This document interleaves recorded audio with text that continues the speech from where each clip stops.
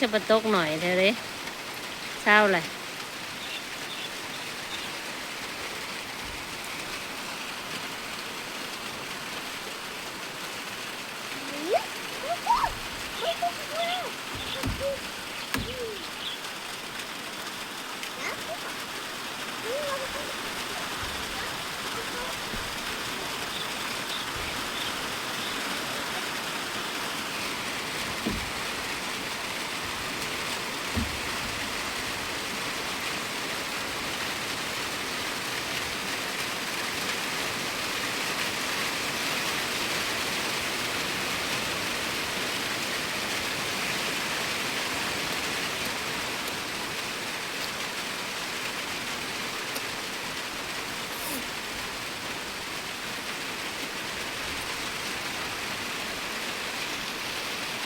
โอ้พี่น้องฟองปลาเอ้ยนุ่มกับนุ่มบ่กินนุ่มบ่ฮะกินมะม่ำเอาเงินมาใส่นี่มันอยู่ในหำเบิ้งโอ้ยเงินอยู่ในหำกราบสบายดีเด้อพี่น้องสบายดีตอนสายๆทุกคนมาพบๆอันนี้แล้วก็ชาวจิ๋วคนเก่าคนเดิมเด้อพี่น้องเอ้ยเนาะอยู่กับน้องกระจาสองคนมื้อนี้น้องวันใหม่กับน้องนาเดียบ่ได้ออกมาสงสัยอยู่กับน้องเคยโตบ่ได้ไปเหตุการณ์เอาหยังเอานมเอานอนถ่าเด้อเอานมไปน้องเพกาก่อนเนาะเด้อเอานอนถ่าเด้อหามติงเด้อนี่ละบ้าง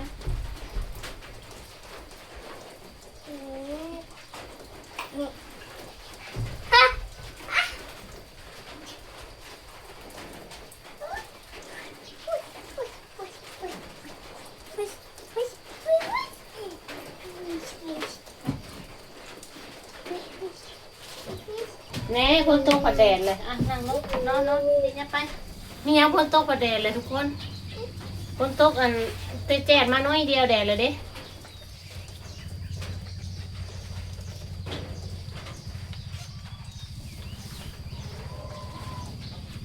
นอนเด้อแม่สิไปหาตำหงกินข้าวสิตำหงกินข้าว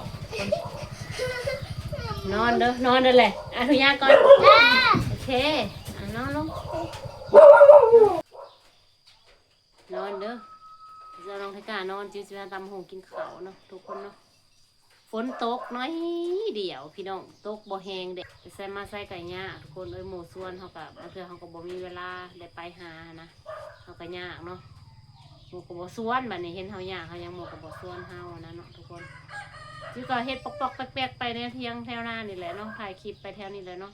นะจ๊ะไปกะมีพี่ชายเนาะเพิ่นอันนะแซดมาหาจิ๋วนะแต่จิ๋วหันบ่เห็นคอมเมนต์นะก็ขอโทษขออภัยหลายเนาะที่จิ๋วบ่ได้เห็นคอมเมนต์เนาะเราบอกว่ามีคอมเมนต์ที่คนหนึ่งนะพี่สมชายอ่ะจิ๋วจะออกสื่อเด้อพี่สมชายเนาะเขาไปแทรกคอมเมนต์เราเนาะจิ๋วบอกหลายเทื่อแล้วจิ๋วว่าสิบอกมาว่าได้คือแบบว่าพี่ชายจิ๋วหันเราแซดมาหาหลายเทื่อหลายทีเนาะแต่แบบหลายแห้งนะทุกคนก็คือแบบว่าคนที่แบบเฮาบ่ถือกันอยู่แล้วเนาะเฮาคำว่าคำจามันบ่อันนี้กันอยู่แล้วเนาะบ่ต้องไปคอมเมนต์บ่ต้องไปแทรกคอมเมนต์กันเลยจิ๋วขออะไรเนาะขอนำ FC หลายๆเนาะผู้ที่เราหมักไปแทรกคอมเมนต์อันนะคนอื่นนะเนาะจิ๋วสิออกสื่อพอแต่เทื่อจิ๋วบ่ออกสื่อเด้อเทื่อนี้จิ๋วออกสื่อเด้อพี่สมชายนะจ๊ะอย่าไปแทรกคอมเมนต์อันนะพอมันหลายเทื่อเลยเนาะตอนนั้นจิ๊บก็ออกมาว่าจิ๊บก็ออกมาทำคลิปออกมาว่าแล้วก็บ่ให้ไปแซวคอมเมนต์หมู่เด้อจังซั่นสิบ่ให้ไปเว้าหยอกเว้าหยัง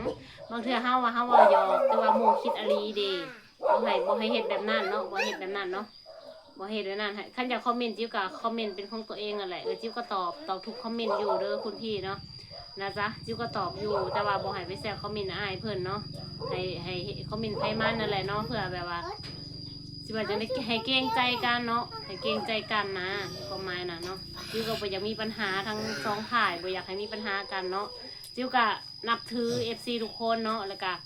ฮักแพง FC ทุกคนเนาะที่เพิ่นเข้ามาคอมเมนต์จิ๋วนะที่เพิ่นเข้ามาเบิ่งคลิปจิ๋วแล้วก็คอมเมนต์จิ๋วเนาะจิ๋วก็ฮักแพงทุกคนนั่นแหละเนาะแล้วจ้ะก็สิให้เฮ็ดจังได๋เนาะจิ๋วก็บ่ฮู้แนวสิว่านะทุกคนเนาะถ้าจะให้จิ๋วไปให้ไปด่าไอ้สมชายว่าบ่ให้เรามาคอมเมนต์เด้ออันนั้นจังซี่ก็เฮ็ดบ่ได้แม่นบ่เขาเป็นคนกลางเฮาเนี่ยจิ้วเป็นคนกลางเนาะเป็นคนกลางแหละว่าจิ้วเฮ็ดบ่ได้แบบนั้นนะเนาะแต่ก็หาก FC ทุกคนนั่นแหละเท่าเทียมกันเนาะแต่ว่าก็แบบว่า คือจิว่าหั่นแหละบ่อยากให้ไปแทรกคอมเมนต์กันใต้คอมเมนต์กันนะมันจะเป็นของใครของมันเนาะจิว่าบ่เห็นจิว่าบ่เห็นว่าพี่สมชายน่ะรับไปคอมเมนต์อันพี่อันคนหนึ่งเนาะพี่ชายจิวเนาะจิวบ่อยากออกสื่อเนาะอย่าเล่าให้นะเนาะแต่ว่าอันเราก็แบบเล่าให้แห้งนั่นแหละเนาะเราแซกมาหาจิวบ้าแต่ลายหนึ่งเนาะทุกคนเนาะจิวก็บ่อยากให้เฮ็ดนะเนาะจะฝากเด้อฝากถึงพี่สมชายนะจ๊ะถ้าเบิ่งคลิปนี้ก็ถ้าเห็นคลิปนี้กับในเด้อพี่สมชายบ่ต้องไปแซกคอมเมนต์กันเนาะคอมเมนต์ไผกะยาเขาเมนต์ไผกะยาเนาะจิบ่อยากให้เขาไปแทรกคอมเมนต์ใต้คอมเมนต์ของกันและกันหนะทุกคนเนาะบางเทื่อเว้าหยอกกันผัดปินอลีนะก็ให้ก็เครียดคมกันจากคนที่แบบว่าบ่เคยเห็นหน้ากันจักเทื่อคนที่บ่เคยคุยกันจักเทื่อก็มาเครียดมาคมกันนะจิบ่อยากให้เฮ็ดแบบนั้นเนาะทุกคนเนาะจิว่าหักแพง FC ทุกคนเท่าเทียมกันเบิดเนาะนะหักแพงเท่าเทียมกันเบิดทุกคนเลยนะจิบ่อยากมีปัญหากันนะเรื่องแบบนี้นะเนาะจิวอยากมีปัญหากันเพราะเรื่องแบบนี้นะเรื่องเนาะทุกคนเนาะก็เห็นใจจิวเนี่ยเด้อนั่งดีๆลูกก็ให้เห็นใจจิวเนี่ยเนาะจิวกับบูสิเอานั่งไม่ได้กล้าไปเบิ่งอันนั้นแม่ไปจ้าอันนั้นมาให้ดูกูไปเอาตุ๊กตาไปให้มาม่าไปตุ๊กตาเลยอันนี้ตุ๊กตานะไปไว้เร็ว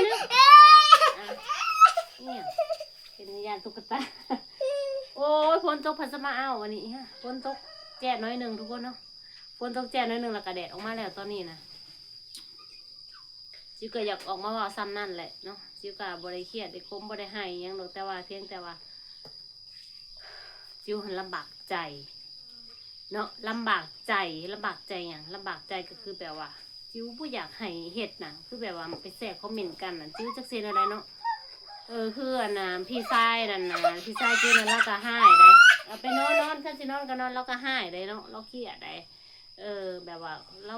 บ่มักเข้ามานะคือคนเฮาบ่มักนิสัยกันนะบ่ต้องไปคอมเมนต์ใต้คอมเมนต์กันอะไรกันเนาะให้คอมเมนต์ของใครของมันจิ้วเคยออกมาว้าวเลยตอนน่ะจิ้วก็ออกมาว้าวเลยยังนอนก็สินอนก็นอนนอนเลยเพราะว่าโอ้ยจิ้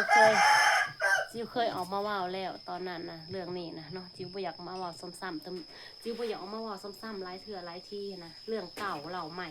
มันเป็นเรื่องเก่าที่แบบมันเป็นเรื่องที่แบบว่าซีเรียสเนาะจิ้วนี่ซีเรียสเนาะ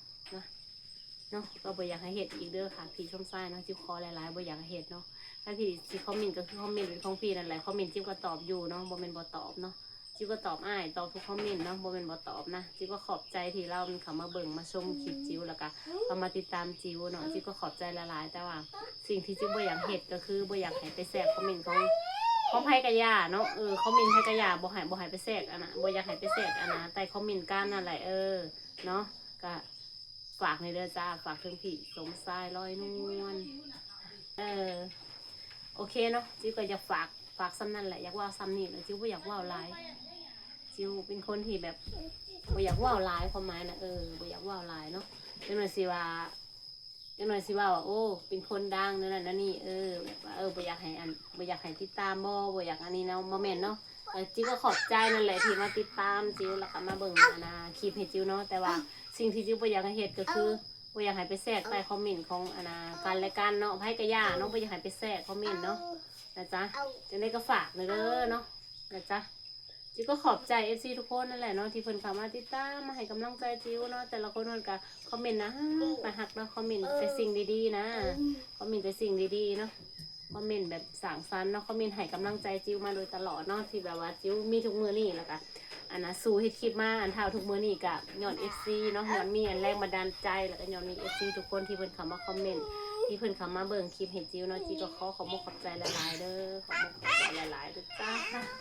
ขอพรคลิปหน้าเนาะทุกคนน้องไทกางอแงแฮงน้องไทกากวนถ่ายคลิปก็บ่เป็นถ่ายจังซี่แหละทุกคนชีวิตเนาะเพื่อสิถ่ายคลิปได้คลิปนึงบ่แม่นง่ายรอถ่าลูกนอนก็บ่นอนรอถ่าลูกรับก็บ่รับสิมาถ่ายคลิป